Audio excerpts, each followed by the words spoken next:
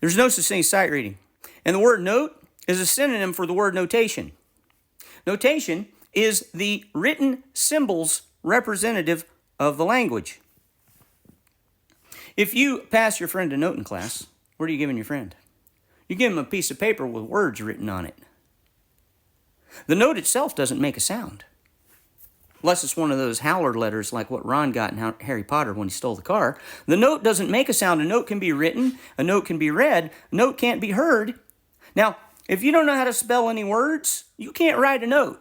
And if your friend doesn't know how to spell any words, he's not going to be able to read your note because you're both illiterate. And if the two of you can't agree on the spelling of those words, well, you're in the same boat, because if the people who write things and the people who read things can't agree on the spelling, then we can't have written language. Now, in music, note is also a synonym for notation. The thing you hear, well, that's not the note. That's the tone. That's the pitch. The note is the notation. It doesn't become a note until it's notated. Now, is a G sharp notated the same as an A flat?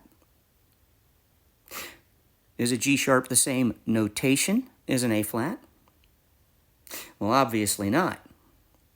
Then a G sharp is not the same note as an A flat. In music, the words are the scales and the chords. And those scales and chords have very specific spellings, very specific concrete notations that can be recognized by others. So if you don't know how to spell any scales and chords, then you can't write music. And if you don't know how to spell any scales and chords, then you can't read music. And if the people who write music and the people who read music can't agree on the spellings of the scales and chords, then we can't have written music. Note, notated, notation. Words mean things. My name's Mark Dooley. I've been a private music teacher for 36 years, focused on practical theory and music literacy. If you'd like to hear more, follow me. If you'd like lessons, contact me. If you can learn how to read words, you can learn how to read music.